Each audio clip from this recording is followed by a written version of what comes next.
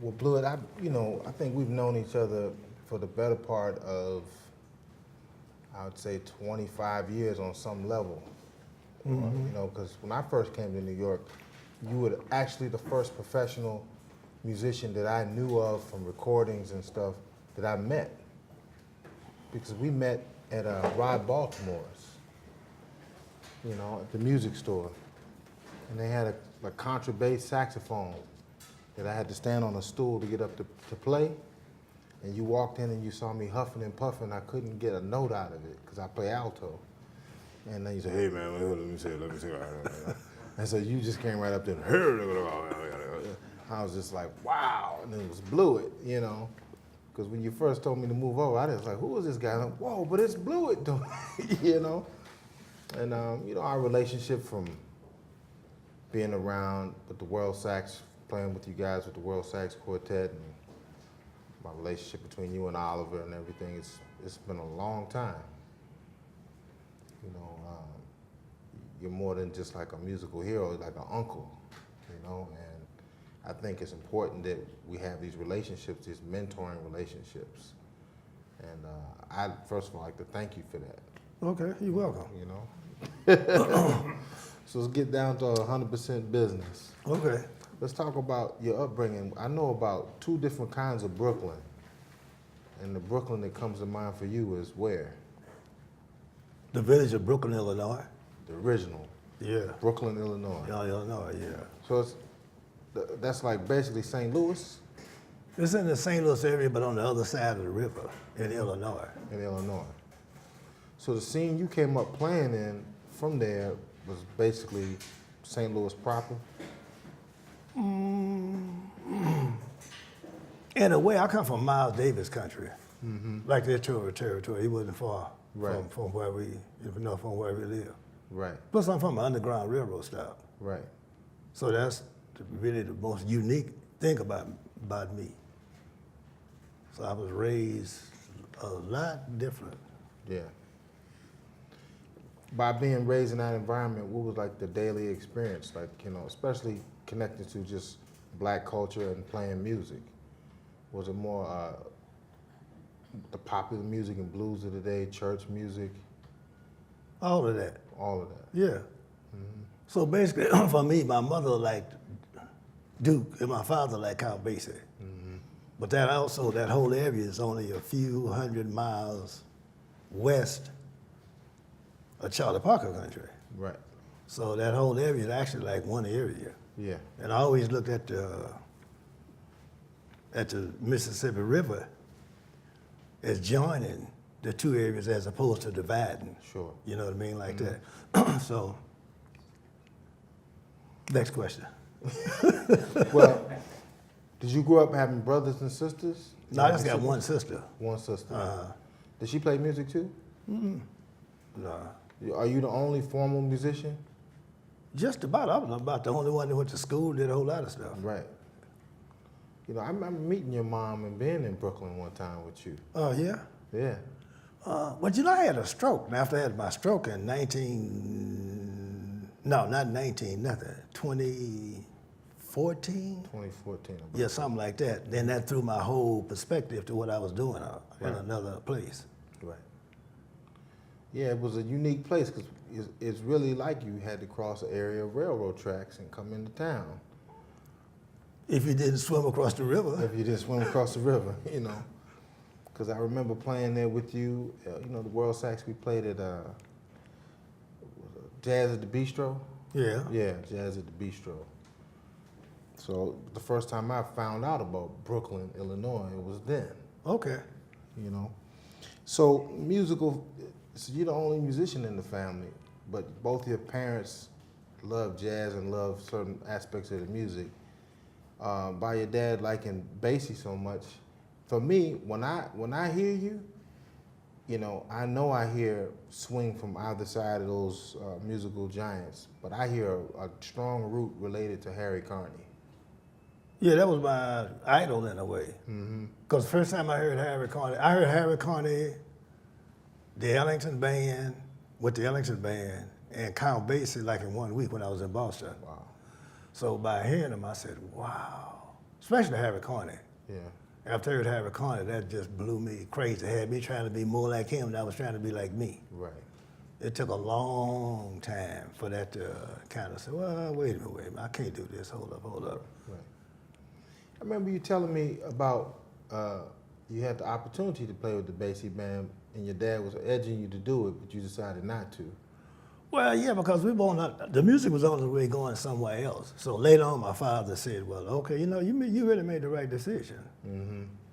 Because you out there, and at that time, a guy named Johnny Williams got this chair. Yeah. You know Johnny Williams, Sure. right? When I played in the Basie band, he was a baritone player. Yeah, he started playing baritone because of me. And he told me that the two of you were in a service together. Yeah. But he was more like the book guy, and you were the book guy and the open and free and straight ahead and everything guy. He was the book guy though. Yeah, but I kind of got Johnny on the baritone for being around me a lot. Mm-hmm. I convinced him to try to play it. He was around us practicing in D.C. when we were at the Navy School of Music. Mm-hmm. And so he used to hear us play all the time. And I said, man, why don't you go, try this, try that, try that. So, because I always have pushed people to do other things. Yeah. Like I did you. Yeah. We always just keep moving. Because I got a deep kind of way of looking at music, where music should always go back to the young. It's sort of like Art Blakey. Younger people should always be involved, because you can't keep the old cats all the time. That's not gonna happen. Right. You got to keep going back to the younger guys and keep on. I still got them now. Yeah. I got a young cat in East St. Louis now, that's about 25 years old, that see colors when he play. Wow. He said, Mr. Bluiett, I don't know what to do. I said, man, what's happening? Well, when I play music, I see colors. I started laughing, he couldn't hardly stop. He said, wow, why are you laughing at me? I said, well, because you got one of the best gifts to make, that's one of the highest gift of the highest order. Right. He said, wow, really? I said, yeah, you can see colors while you play, right? He just got to develop it. He's got something. Well, that's what he did. He started, he was in maybe the 11th grade. He may be about 26 now.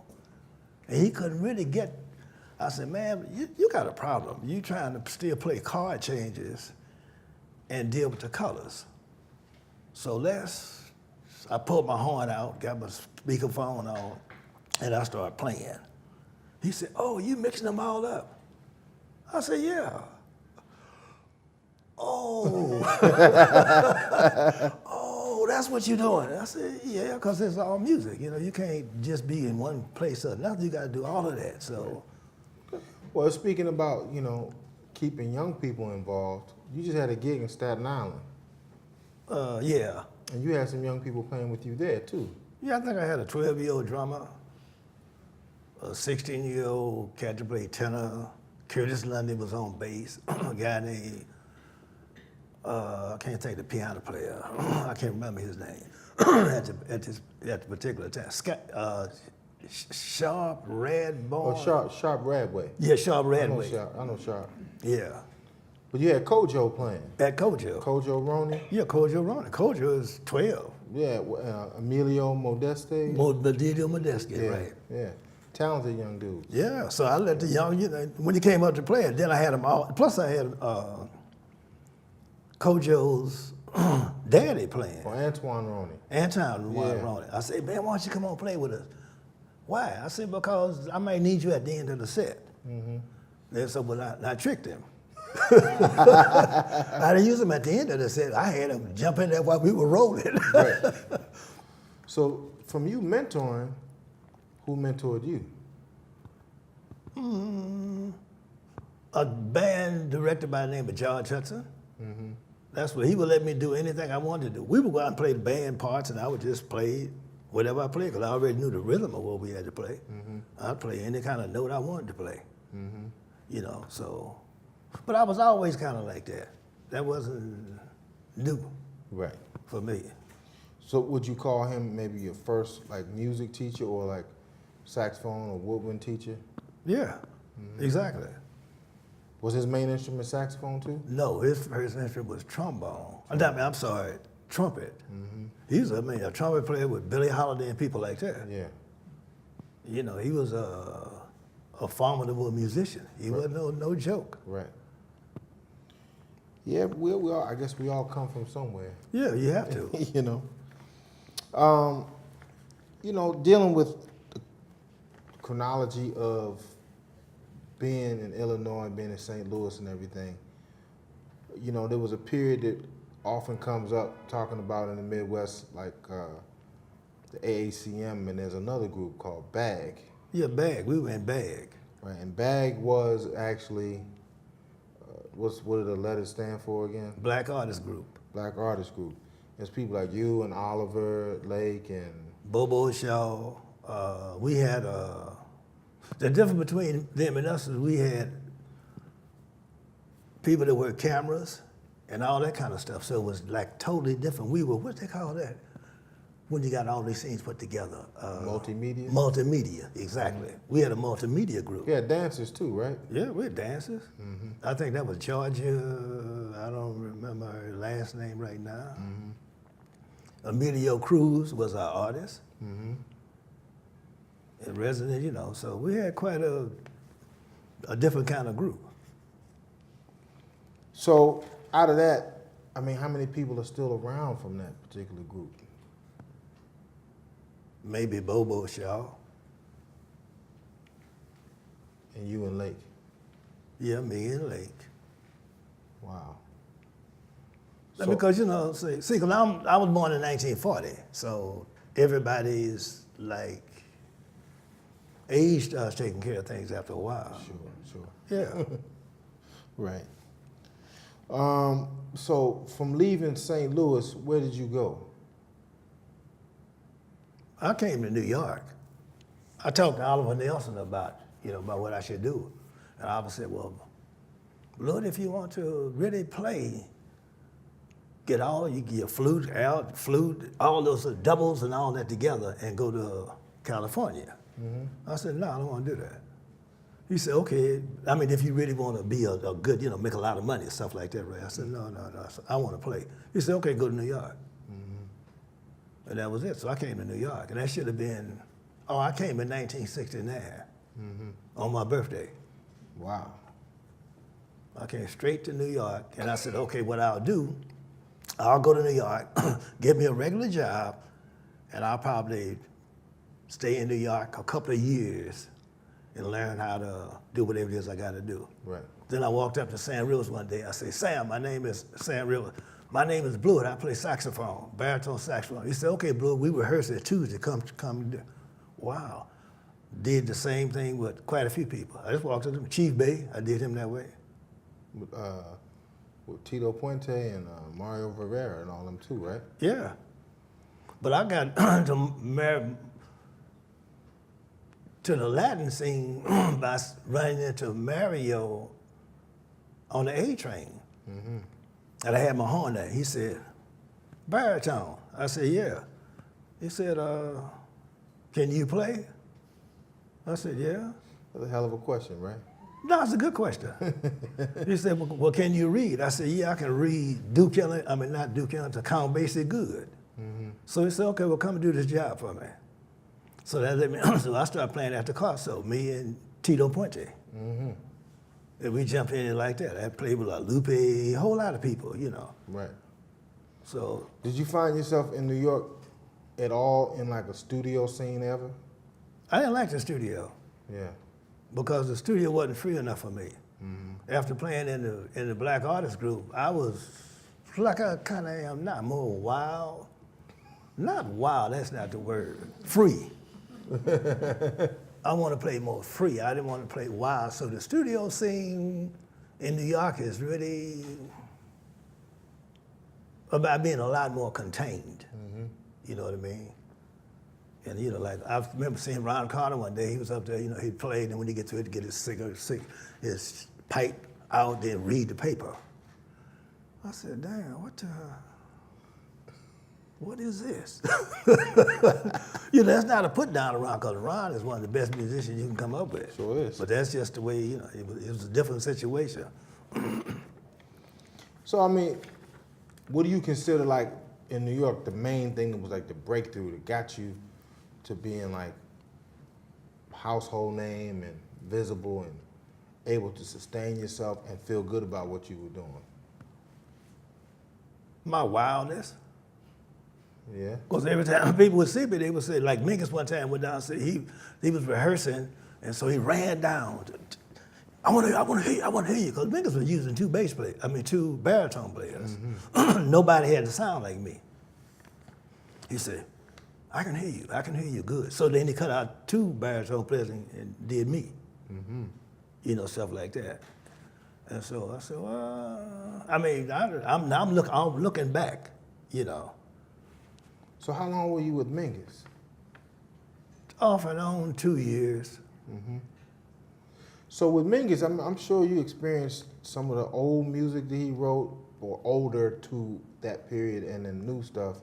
Who else was involved in the bands with Mingus that like you had good relationships with? Well, Joe Gardner was one trumpet player. A guy named John, excellent piano player. I don't remember. He went to London, and he passed away in London.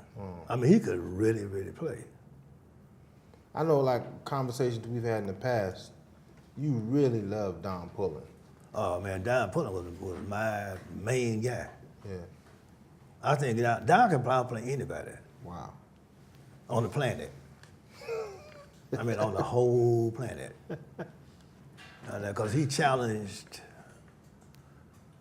even Oscar Peterson. He was talking about, man, you know, because he had a way of playing that was so, and Don was like a double PK, y'all understand that? That means he had a mother and a father who were church. That's mean about a double PK. Preacher's kid. Yeah, preacher's kid. Yeah, you know, so, and Don had pictures of him when he was playing like this, you know. And Lee Pearson was kind of like that too. Yeah. Mother used to hold him on her leg while he played. Right, drummer. Yeah, now he's working with Chris Bowden. Yeah, and whoever else is like all over Yeah, the whoever, place. all over the world. Yeah. But I had to cut him a loose because he wanted to stay with me, and I said, no, man, you gotta go. Right. You know, because you gotta go out and make some money. Right. Because he got the children and all that. Right. And he need to go and quit pushing me. I can't take care of you right now. Right. You know, and he need to really make some money. Right. What that was about, because he got children and all that, you know. So that, people have to get away after a while. They got to go and do what they got to do. Right. And he's a tremendous musician. Sure he is. So, comparably speaking, you know, you like people that have that adventurous spirit and that drive to seek new things. Yeah. And, you know, from all the other groups you played with and how it's developed over time, what group other than your own do you feel like you had the most freedom? The most? The most freedom artistically to write, to play, whatever? That hasn't happened yet. That has not happened yet. Not really. Not really. Because I'm still living. Right. Then Well- once that happens, then you can say, well, this is better than that, whatever they want to say. Well, okay, how about musical highlights? Like moments that you can remember, you reflect on, like, man, that period was awesome. That period was, like, memorable, something I Well, never forget. Mingus was one of them, because I consider Mingus to be like a blessing and a curse. Mm-hmm. That's what I looked at it. Right. Why I curse? He's a difficult person to get along with. I'm being honest. And, you know, being with him was like the blessing, Right. as far as I'm concerned. The curse was being with him too, Yeah. all at the same time, because he's a rough individual. Exactly. He don't be playing with you. Right. When they got ready to put me out of the band, he wrote a part that looked like a piccolo part. And I said, oh, then I knew that was a signal that it was time for me to go. I said, oh, man, you way up there. He said, yeah, you always play them. I said, oh, man, come on. I said, well, okay, it was time for me to go. So now let's move on. Like, you know, you're greatly known for, you know, playing solo and also the stuff you've done with the World Saxophone Quartet. Right. So, with the development of the World Saxophone Quartet, how did that come to be? Well, we were, a guy named Kid Jordan from New Orleans came up to be on sabbatical. That's what it was. So we were playing in the loft period during that time period, right? And he said, man, we got these cats down in New Orleans. They don't want to do this. They don't want to do that, all that. I said, okay, we'll come down. So we came down, and the place was packed. I mean, you couldn't get nobody else in there. They had people from Terrence Blanchard and all them were in the audience. You know, They were kids. They were kids. They were little kids, and so they were in the audience. And so what they did, the older people took their children and put the children on the floor. And the children started running around like they were a wagon circle, just doing like this, just rolling. Oh man, they rolled and rolled and rolled. So that was me, Julius MPO, Oliver Lake, and Dave and Mary. So they were just running. We said, wow. Then we never tried to, we decided to say, you know what, man, since we're a group of leaders, we better be real careful and blah, blah, blah, blah, blah. You know, we're just talking, you know. The group never even tried to get work. People kept calling us. Wow. And that was it, because I noticed like New York, if you try to keep a group together, they will pull you apart. Sure. Especially if you're brothers and sisters or come from one part of the world. So we said, no, we're not gonna do that. So they just never quit. They never quit, they never quit. You know, they just kept calling, so that kind of happened that way.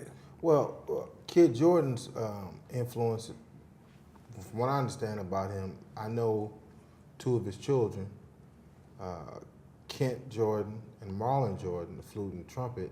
Actually, is his daughter too is a good singer. But he got another daughter that's a symphony violin player. Oh, really? I didn't know that one. Yeah. Yeah. But he's a monster, like, tenor player too. Monster, that's right. Because the first thing I asked him, I said, well, I'm gonna tell you one of the first things happened. So when we got down there, Kid slammed the door, bam, then he started playing with the door. I said, man, you playing with that door, ain't you? He said, nobody ever heard that. So, you know, because I got another kind of ear, I hear differently, you know. So then then he came up and all that. We just kept rolling and rolling and rolling, you know. It was just our time to roll. That's the way I look at it, more than anything else. So everybody, you know, was carving their way and doing their thing, you know. David was a real young guy in comparison, like he was the hot young name coming up at the time. Right. And so in comparison for that time, the loft period, you would say he was more like, in some ways, an influence like Wynton Marsalis was when he came out, like people were talking about them, like, have you heard this guy, have you heard this guy? And how did that influence the World Sax Quartet and the direction of the band? Well, I don't know if that's a good analogy. Okay. Yeah, because we were like buffalo soldiers, if you want to call it. Okay. We had a whole other kind of way of looking at everything. And we looked at ourselves as being, you know, more on the side of wild as opposed to being nice. Well, I'm talking about it just in terms of popularity and, you know, critics' choice and people having critical things to say. Not necessarily negative, but like a person to watch. Man, Well, it could be if you look at it that way, yeah. Okay. You know, and did that help with the development of the group or the shaping of the sound, or did it deter from it? No. No, because we were doing whatever we wanted to do. Oliver still plays the same way we've been playing years ago. Right. Basically, but Oliver has now, excuse me, played with symphony. You were there when he did the symphony orchestra, right? Yep. Yeah, you know, like all that kind of stuff. He's got a big band. Right. And he's also written orchestras and all that. Dave has done everything, Macy Gray, and just on and on and on and on. A whole lot of people. Right. Well, where do you think music is headed today? We got a lot of younger people now that have a lot of technique. They're very good they need to get more experience. Somebody needs to help them get to where they got to go to next. Right. And they kind of don't believe that cats like me know what I'm talking about. Sure. So they got another kind of way of looking at things. But that's okay. That's all right. They'll get past it. Yeah, I do believe that the student mentor or young person mentor system is getting washed away a little bit. Yeah. And I think it's a serious need to be able to go listen and talk to people and, you know, just sometimes hang out, just, you know, just be around them, absorb the vibe, hear those stories and all that kind of stuff. But I do feel like a lot of young people don't want to take the time. They don't want to make no mistakes. Yeah. They think playing correct is about it. Mm-hmm. They don't know that you have to have a certain amount of heart. Mm-hmm. And the heart, a lot of times, comes from out the church and a whole lot of other places. Mm-hmm. You got to go for it. Right. You know, make your mistakes while you're young, so when you get older, you're through with it. Right. Don't wind up, you know, you got to. Right. That's just part of it. So in order to be refined, you have to stumble. Exactly. Yeah. And hard stumbles too. Yeah. Don't stumble a little bit. I walked off stage, but you know, yeah, but don't quit. You just got to keep rolling. That's part of it. Yeah, that's important. Don't It's quit. very important. Just keep on doing what you do, doing what you do. Now we got cats playing where the older guys are trying to play more like, it's like in a reverse role. You get me? Sure. It's more of a reverse. Younger cats don't want to listen, and the older cats are trying to take over. And like right now, I think. Yeah. Well, how does that, I mean, what's the best advice you would give somebody who's like, Mr. Bluiett, I'm just fresh out of college, I'm in New York, you know, I know about your music, what should I do? Like, they started coming to you with that kind of stuff. You know, I kind of did Frank Lacey like that in a way. When he was over at Rutgers, I think it is, you know, he did like that. And I said, okay, well, you know, you can really play. So that's all we got to do with you, just keep you rolling. Yeah. And that was it. Because there's not a lot of things you need to tell the people. Right. Just tell them, do what you do. And don't stop it, though. Don't stop doing it. So there's that personal influence, you know, and personal one-on-one mentoring, but like in terms of recorded history, what have you relied on other than, like, I know, of course, obviously, you know, your own thoughts and Harry Carney and all that stuff. What other influences have you relied on in the back of your head, like from records or live performances, to keep you motivated, to keep you in the spirit? Well, I don't know. They may be like more personal than anything else, to be truthful, because I'm not interested in the planet. Right. I mean, you know, I think if you do it one at a time, then one candle lights a lot of, you know, enough to light the world. So you got to really do what you do and keep rolling. They don't want to listen to nobody. Yeah. Then if a guy wants to listen, a man or woman, whoever it is, they really want to listen, they'll listen. Right. We need to get them one at a time, especially doing it now, you know, more so. Right. But if you try to get everybody, that's too much. Right. I don't want to put that much on me. Well, okay, but like in terms of all of that, like the supposed greats, and we all have our opinion Suppose about what? the supposed greats in the music, you know, who we all You look mean like up who to. influenced? Yeah, influences. Like we can talk about the Mileses and the Trains and you know, Duke Ellingtons and everything. Like, who are the ones that, like, you know, you hold near and dear to your heart as like you're so glad you embraced that. Even though you're doing your own thing, you're so glad you embraced that to get you where you are. Well, Miles was a big influence because he didn't live that far from me. That's one. That's a big influence. Clark Terry, of course, because he was the St. Louis, you know, guy too. Right. And I don't know. I'm more of a singular whatever I do. Somebody's got to do that. Yeah. You know, where somebody else is out there taking care of everything else. Sure. You know what I mean? So I think I do what I do and just keep rolling. How would you compare yourself in terms of, you know, when you think about Miles, for me, I hear innovator all the time, like a student to innovator, like happened kind of abruptly. And as an innovator, you know, he didn't want to stay in one place. He didn't. And I, you know, from listening to you, I feel the same way. Who else is around that you would listen to that kind of reminded you of that, you know, transient musical spirit? They didn't want to stay in one place. Who else would you say was strong like that for you? I don't know, man. I listened to Yusef Lateef when I was young. I listened to a whole lot of other people. Mm-hmm. You know, even my sister liked Yusef Lateef. Mm-hmm. She never said, wow, you know, you like him? Okay, so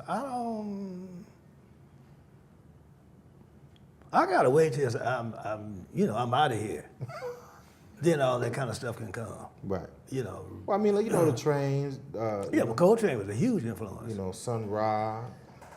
The Sun Ra. But Coltrane was one of my biggest influences. Mm-hmm. Because of the way he played his instrument. Coltrane could play one solo that might last anywhere from a half hour to whatever. Right. One tune. I heard Coltrane live quite a few times. Mm-hmm. I heard him at the Apollo. Wow. And I heard him at the Apollo at the time when they said, well, you know, the mass music has so much anger and all this stuff. Man, the Apollo was like this, packed, right at the Apollo. Wow. And they were talking about him like a dog, but, you know, and the people loved it. Right. No. A house full of black people. House full. Well, some white people too, but a house full. Of course, but you know, I mean, amazing. Yeah, but it's amazing. It was amazing. You know, I'm saying, wow. Toward the end, after, well, I don't need to go to that part of it, but later on, then his music started to go in another direction. Sure. But that's just the way it works. Well, you mentioned Oliver Nelson. Oliver Nelson too. Like, I never knew that you had a connection with Oliver Nelson. Oliver Nelson was the one that caused me to come to New York. Mm-hmm. And as a musician, I always found that I thought he was underrated by a lot of people. I really appreciate Oliver Nelson. Yeah. As a writer and a saxophone player. Well, the thing that made him do like that was after he went to California. Mm-hmm. Then he went out there, I think, with Quincy Jones. Okay. Then his music started, then he started writing for Count Basie and quite a few other people.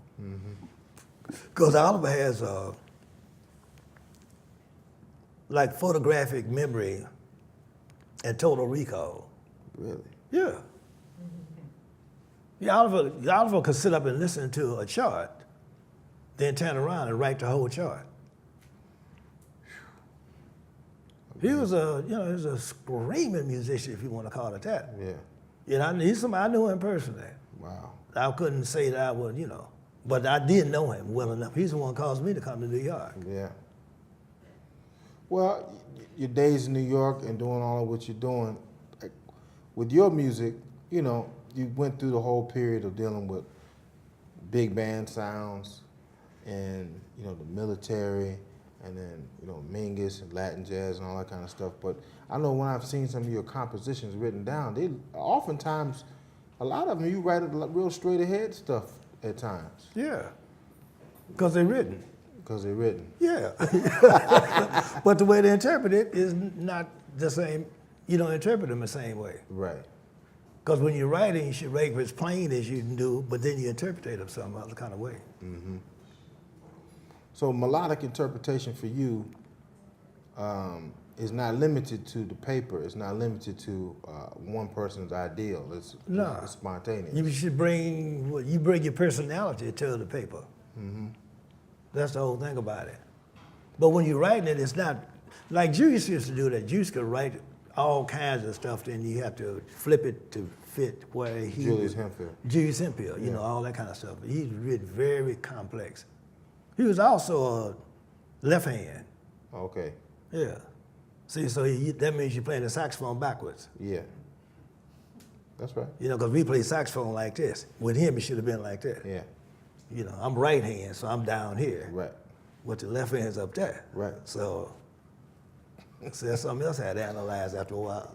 But his left hand was fast, probably, too. It's wicked. Right. So when people write a tune, and the tune would be like, wow, I know. I said, man, this cat's left. That's what it is. Okay, like I had to analyze his music to figure out what to do with it. Right. It's like playing music the trumpet players write sometimes. It lays better on the trumpet. Lays better on the trumpet. You know, you got to figure out their little quirks. And piano players are worse. The worst. The Because worst. and they Right. you know, like that, they just, man, breathe, man. Right. Take a breath. Right. So, what else are you interested in, Bluiett? Come on, right now? Yeah, like your extracurriculars, whatever you like to do in life. You know, walks, books you read. Well, I couldn't, Hobbies. after I had the stroke, I couldn't read at all until the first of maybe this year. Then I started back to reading because I kept kept a record of everything that had happened to me, and I didn't know I had a stroke and all this other stuff. After I started reading, I said, wow, I had a stroke. Wow, which they would call like brain bleeds, you know, that's still a stroke, right? But you had multiple strokes, like they had reoccurred. Yeah, I had 3 of them. Wow. They told me after you have the third one, then you won't know nothing. And it happened. I was like, damn. Wow. You know, so you know, I'm not completely through with whatever else is happening to me. Yeah, but you're here. Yeah, but I'm here. That's the main You're thing. here. Yeah. And I mean, you know, I believe your story, like a whole lot of people's stories, need to be told. Like your perspective needs to be told, because oftentimes these books on jazz history, they always mention the top 5 or 10 on every instrument, and we think that's all there is. And it puts a very limited perspective on other styles, other players. It kind of discredits people's works. And I think just because it's not the flavor of the writer doesn't mean that you didn't exist or didn't contribute. And you've contributed a whole lot. And I think it's just worthy of people understanding and knowing that, like, you know, there's more than one way to do things, and you represent more than one way to do things, and your story should be told. Well, that's what we're working on now. Yeah. We really are. We're working on now, because that's why I'm doing this and doing a lot of other things. And that's what I think that I'm working on now. Yeah. I even got some people working on me doing a history. Yeah. You know, Joe Daly is one of them, because he's known me from the time I first got here from when I first showed up until maybe a few years ago, to when I went back home. Right. Well, now that you're starting to like read again and everything, what things interest you other than the saxophone? Like, what other stuff, like you like to watch sports, or you know, special interest programs, you know, National Geographic, you know, walks, parks, museums, things like that? In a way. In a way? In a way. Sometimes they bore me. Okay. It's kind of what it is. Right. Because my scope of what I listen to is like a lot different than a lot of people would think. Mm-hmm. I get bored real easy. I'm like, you know, Right. clicking the TV and going along with whatever, but it could be not that interesting to me. Well, what about music? If you're home and you wanted to listen to something, and you look at your CDs or records, what would you put on, generally?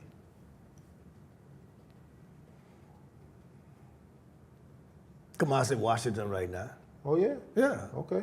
Kamasi Washington can really play. Yeah. He's got this thing called Epic.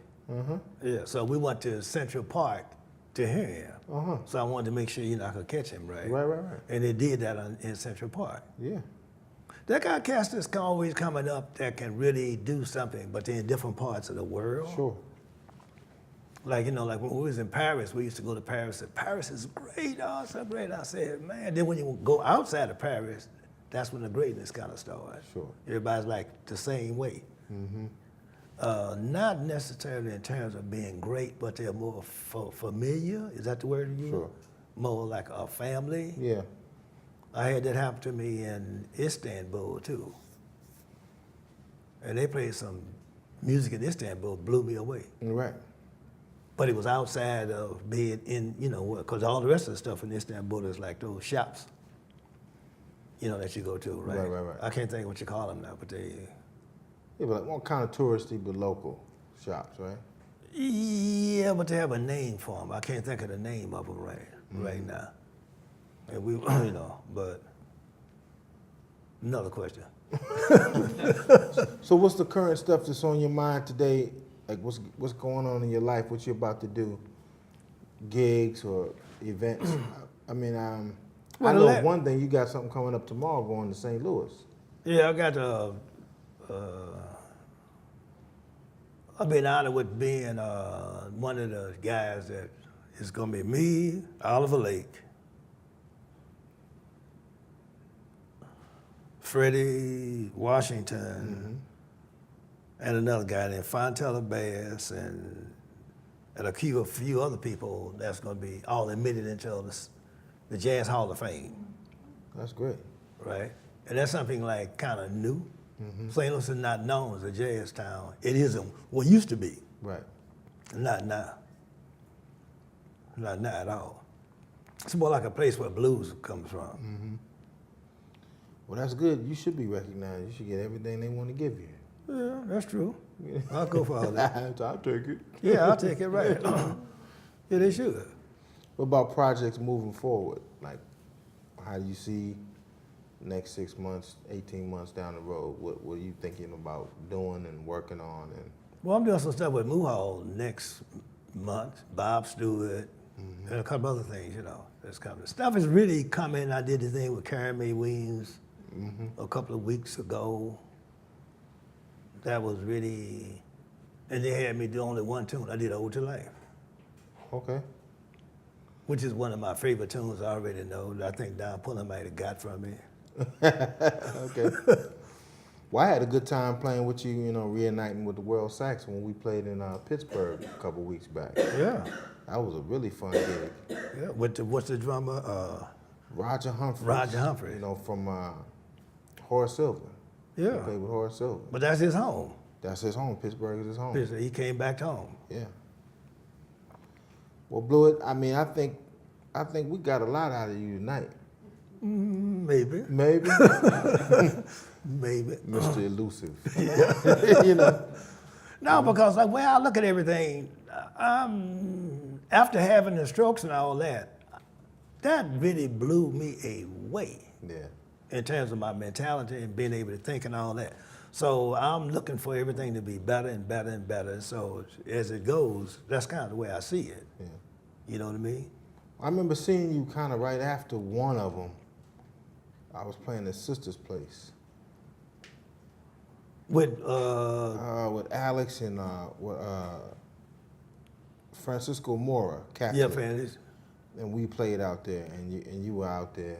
You Yeah, and I up with came us. out to see y'all. Yeah. Yeah, and But I was just out there a couple of weeks ago. yeah. Yeah. So when you going back? When's the next gigs we can like talk about? For them, it would be maybe they're recycling out about twice a year. Okay. You know, like that, right? But anyway, what I was going to say was, so after, you know, I heard that all the groups playing, I said, man, I want to dance. Right. So we put together a group that danced. And I mean, that's people, important. yeah, people were like, whoa, whoa, because we had taken the dance out of our music. Yeah, that's true. Our music is more about sit down and be cool, sit down, you know. No, man, come on, let's get this stuff back together. Because our music is too important. We need to dance in the music. I'm tired of it. Like in Black Artist Group, we did everything. Right. Dance and all that. So you have to sort of like put things back together. Right. At least I think so. So at some point, we got a little too intellectual. Yeah, well, that happened with Bird Dam. You know, but even his music was danceable music. Right. If you don't think so, go back and listen to, what's the drummer that's 90-something years old? Roy Haynes. Roy Haynes.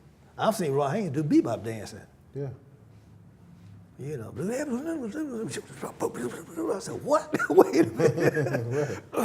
Yeah, so all this, the music is a different kind of context that some people think it goes one way, but that's not really the way it went. Right.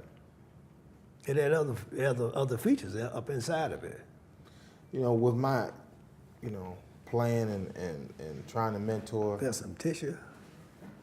and teaching, I keep insisting that students go to churches and synagogues and wherever like spiritual events are being held to hear the music of those environments.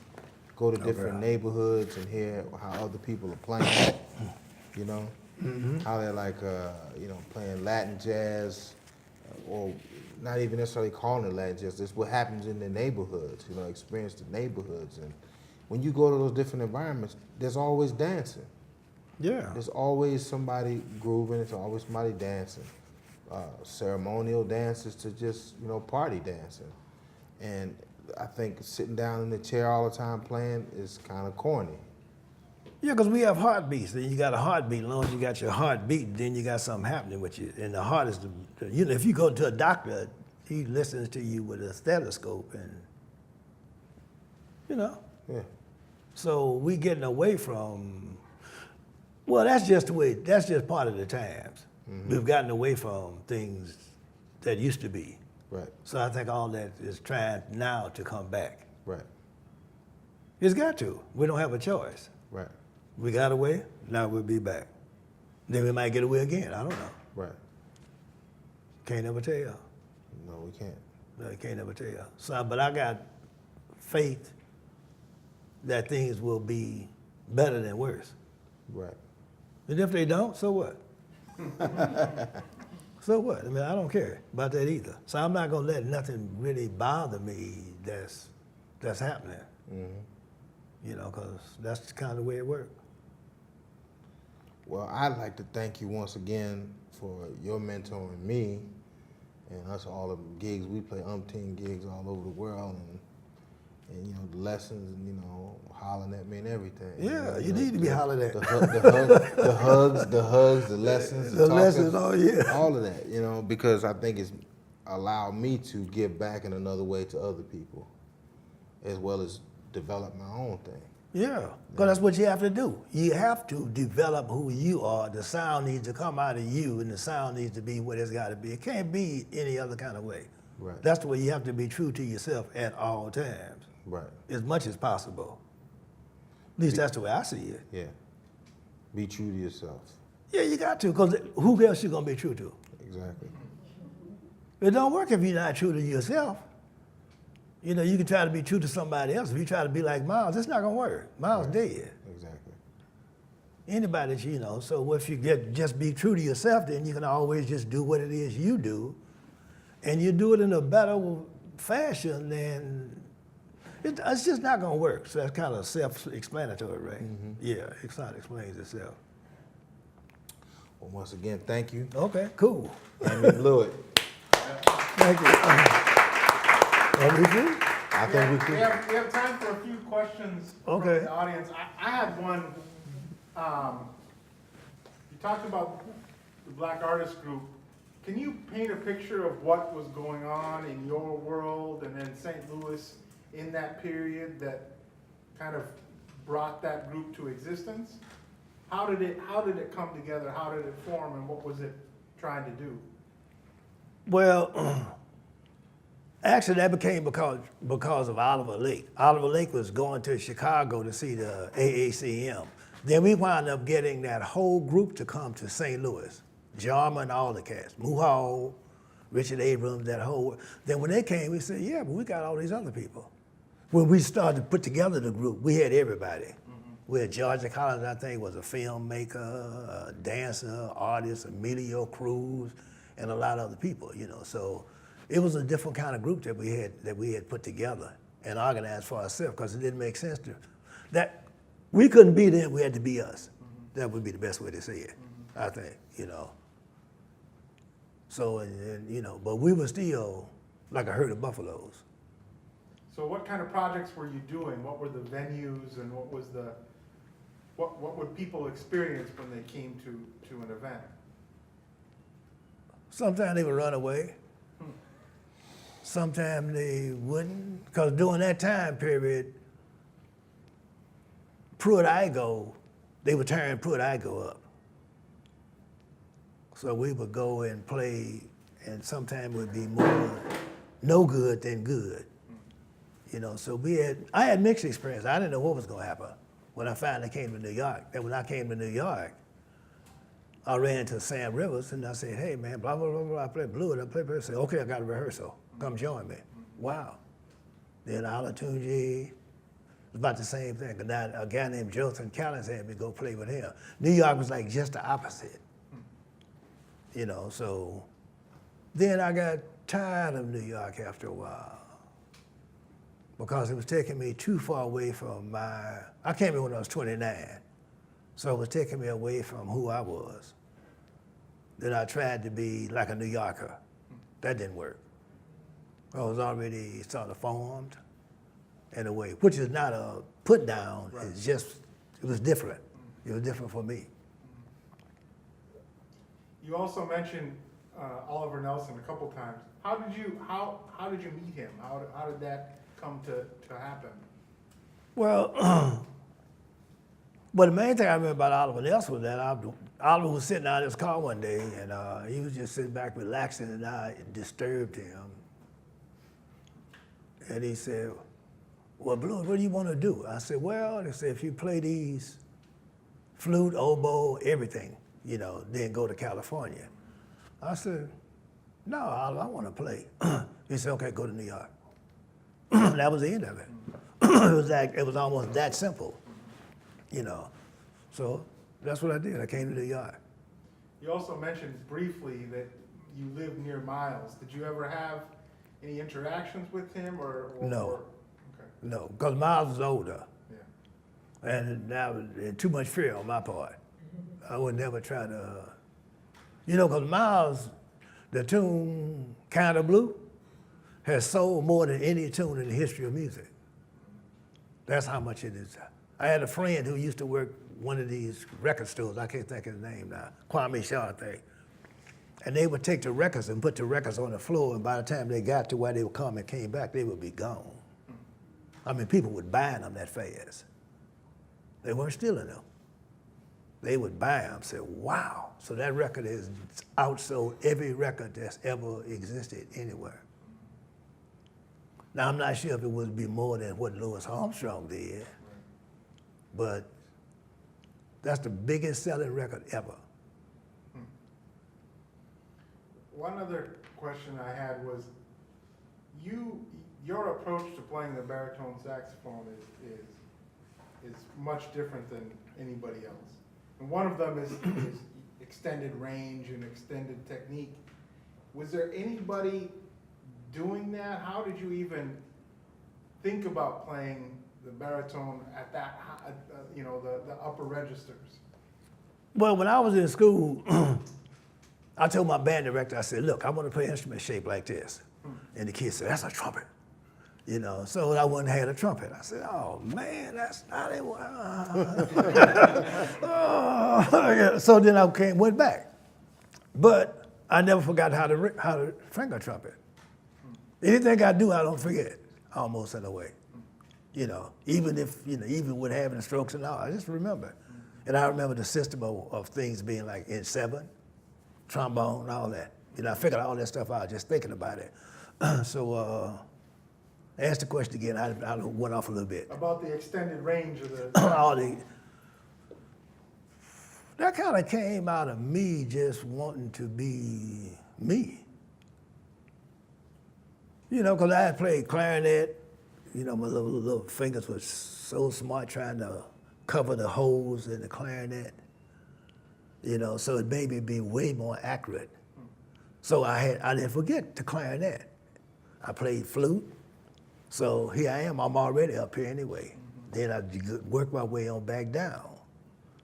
So by the time I got to playing baritone, I heard up there. So it wasn't a problem for me to go. Then when I finally got a baritone saxophone, I may have been about 18, something like that in school. And I took the baritone, they had the baritone in the, like in a shed. It wasn't quite a shed, I'm using the wrong word.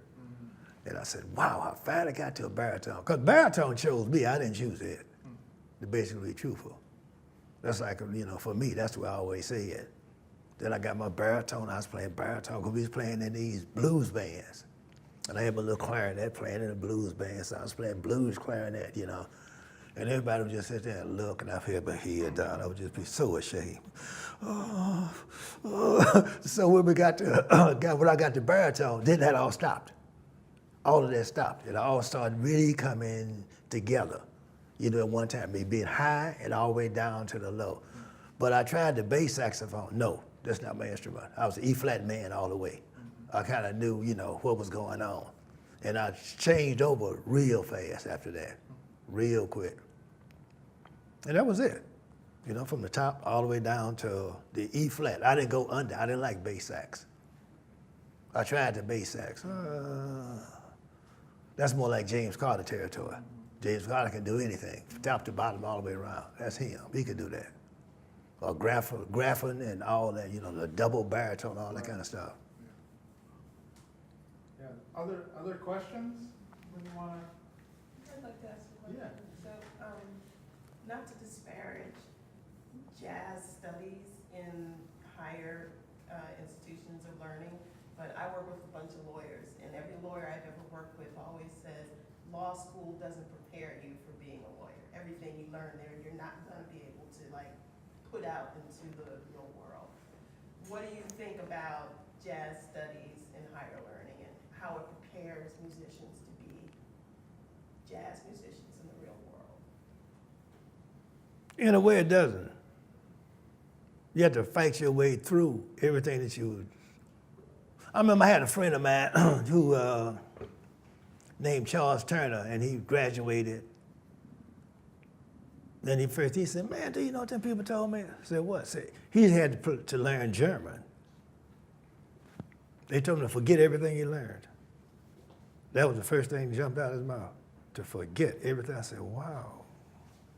So that's how I learned that lesson. Forget. Because that's where they teach you. They teach you in a way that if you don't forget everything, you won't go nowhere. If you just try to hang on to what you know, it's not going to work. Is that the answer? Yeah. Yeah, okay, that's exactly it. You got to forget all that and just kind of go. You know, school prepares you for whatever it prepares you for. Mostly to be a teacher, I think, more than anything else. Because I was in school to be a teacher. You know, so I left school. I promised all my friends, I'll be back the next year, and I was gone. Because I wanted to play. That's all, you know, so I said, oh man, come on. So that was it. Anybody else? Other questions? I have one more, actually.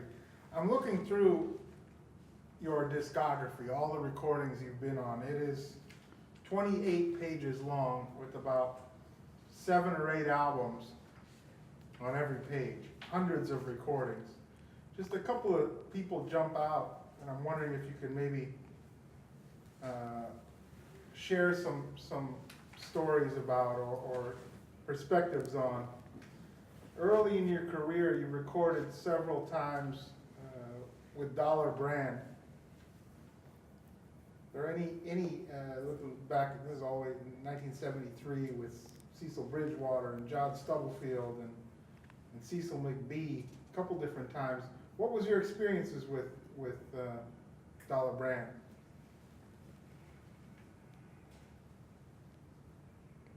Well, Dollar Brand, we kind of got along and we didn't, in a way. And I'm not saying that in a negative way, but I guess because I use, my language is a little bit different when I talk. But Dollar is different. He's a different kind of musician altogether. In what way?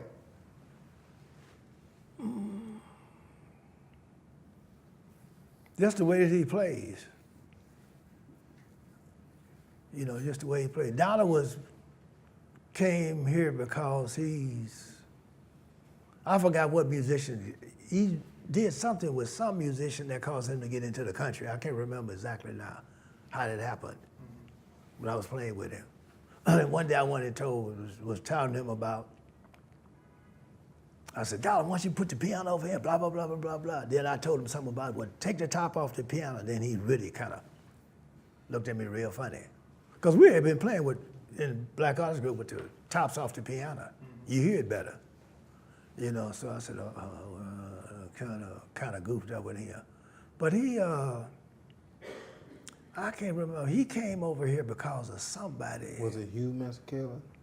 No, it wasn't Hugh Masekela. He was, I cannot remember. I know what I'm trying to say, but I just can't put it together in my brain yet. That's what I'm talking about. But who else? Let's see.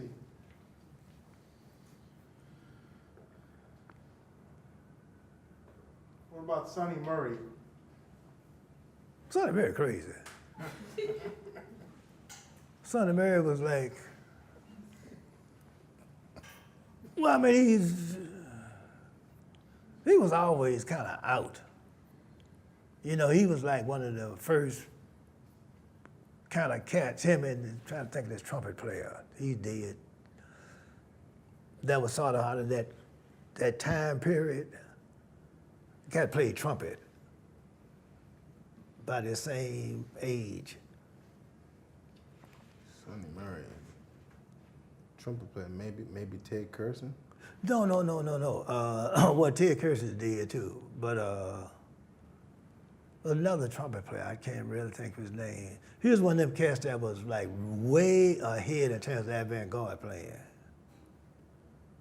There's on this album, Yusuf Yancey.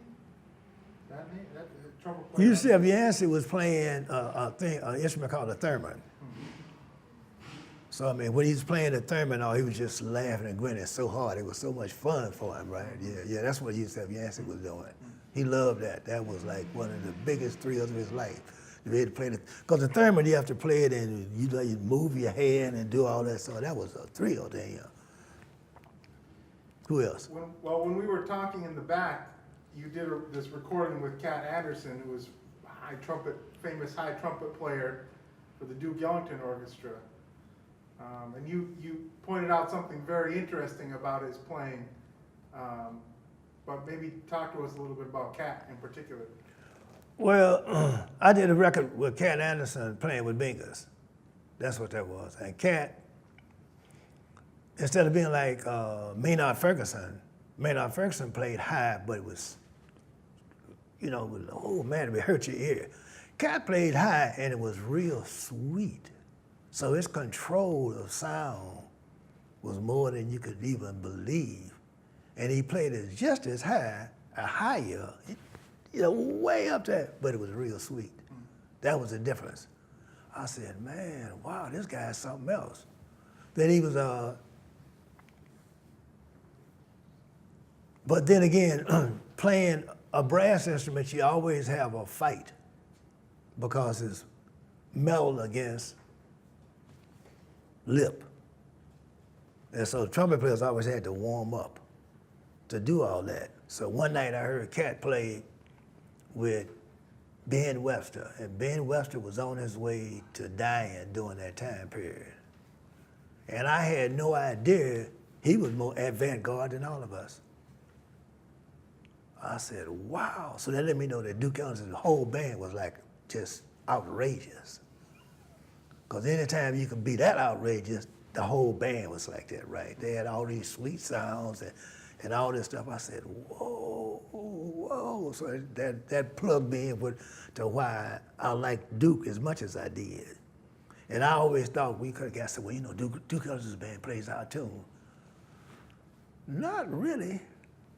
Not really. They just had another kind of intonation. They're not in tune with the piano necessarily, even though Duke played piano. So, Give me another one. All right. Let's see here. I see Beaver Harris keep coming up. Yeah, I did a thing with Beaver Harris in terms of, we did a thing with the steel drums. There's a guy they call him Patsy or something like that, I think. Okay. He had another name, I can't think of his name. Francis Haynes. Francis Haynes, that was his name, right? Plus Don Pullen was in that band for a while. What about Lester Bowie? From the root to the source. That was Donald Smith, a guy named Frahim or something like that playing bass, Philip Wilson, and he also had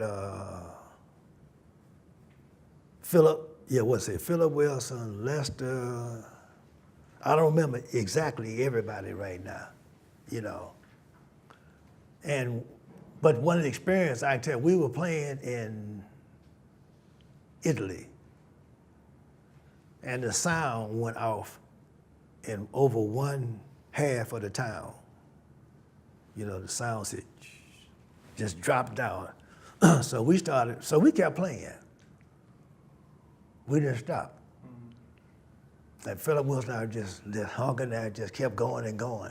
And the sound started doing like this.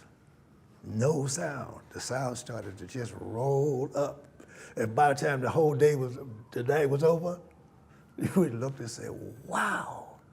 So then that showed me that, you know what, man, you don't need nothing to play these horns, do you? No, not a damn thing. We don't need no sound, you know what I mean? We could just, because that was with Fontella Bass, Rescue Me, Mama Bass, and David Peaston. That's who was in the band. Mama Bass didn't play in a tavern. That's the kind of honor we gave her. She would play only on the concerts. Then when we did the thing in the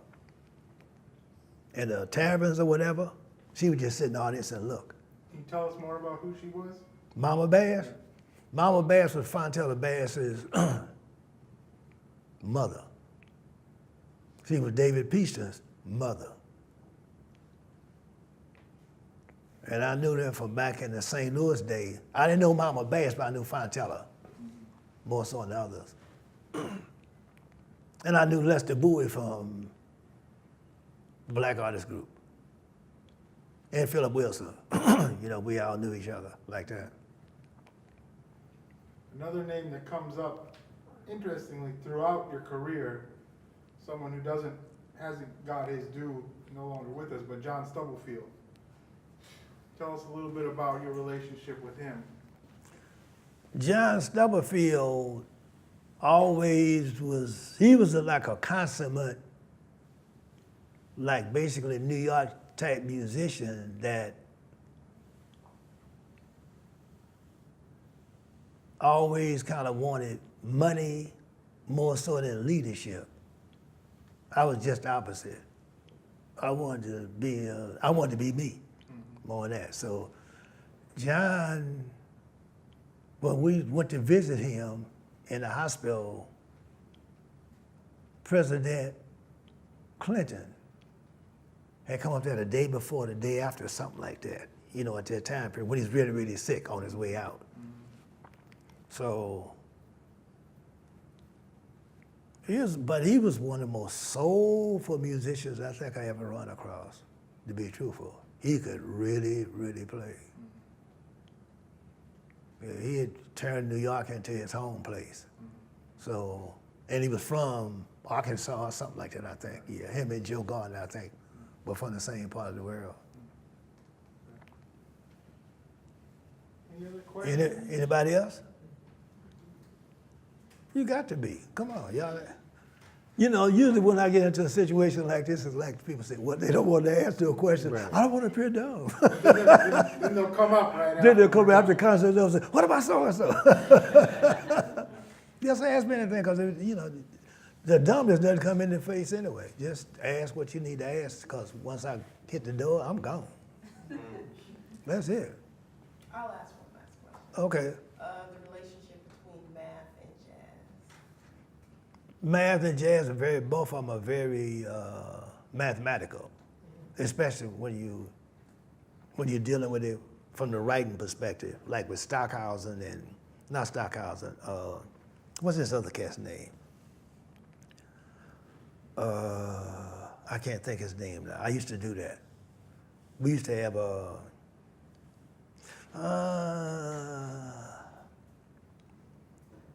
what's the other guy?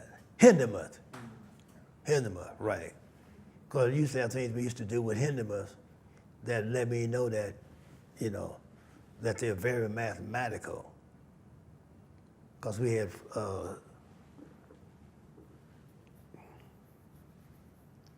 what am I trying to say now? Something with the notation? Yeah, with the notation and all that. Yeah, that way it was notated. So I said, oh, okay. So that made me realize that, oh, okay. Actually, the way Hindemith was right, it was closer to like Motown. And all the kind of Motown started going into like with Barry Gordy. Right. Yeah, like with Barry Gordy, because the music would be like twice as fast. It was written kind of that way, you know, so. Who? You back to you? I got a list this long. We can do that later. Well, keep asking, whoever, you know, I don't care as long as we can just roll. Well, I had a follow-up question about your experiences playing with people like Tito Puente, and what were those gigs like? Or were they at dance halls, or what was that whole experience like for you? Well, did I talk about that yet? You said you mentioned got it the briefly. gig, you know, from Mario and playing with Tito, but you didn't go into detail. Okay, well, I was on the subway one day. Mario was sitting there, Mario Rivera, he's gone now too. And Mario said, baritone sax, huh? I said, yeah. He said, can you read? I said, yeah, but read good. I said, yeah, count basic good. Is that good enough for you? He said, okay, well, I got a job I want you to play. So I went and started playing with Tito Puente. That was his boss. So they always, Blue, what's happening, Blue? You know, they would always call me Blue, right? So then one night, Tito's was taking the music to the max, and I was out there rolling like I was rolling. So I looked over there and I said, let me stop before this cat fall out. I mean, something's about to happen here. So instead of challenging him all the way to the end, I just went so far, then I kind of stopped. Then he was happy. After that, he was cool for the rest of and we played at a place called the Corso. You remember that? Do you remember where it was? East 80 something, East something. It was on the east side. Yeah. Is it a dance hall? People dancing? Yeah, people dance, yeah. It was great for dance music. I mean, they would just be rolling, you know, all the time. It wasn't like where you sit down. No, wasn't a sit down place. But I still play the same way. Yeah. You know. All right, well, if there are no other questions, I think we'll wrap it up. Let's give another round of applause, Mr. Hamiet Bluiett, and our host, Bruce Williams.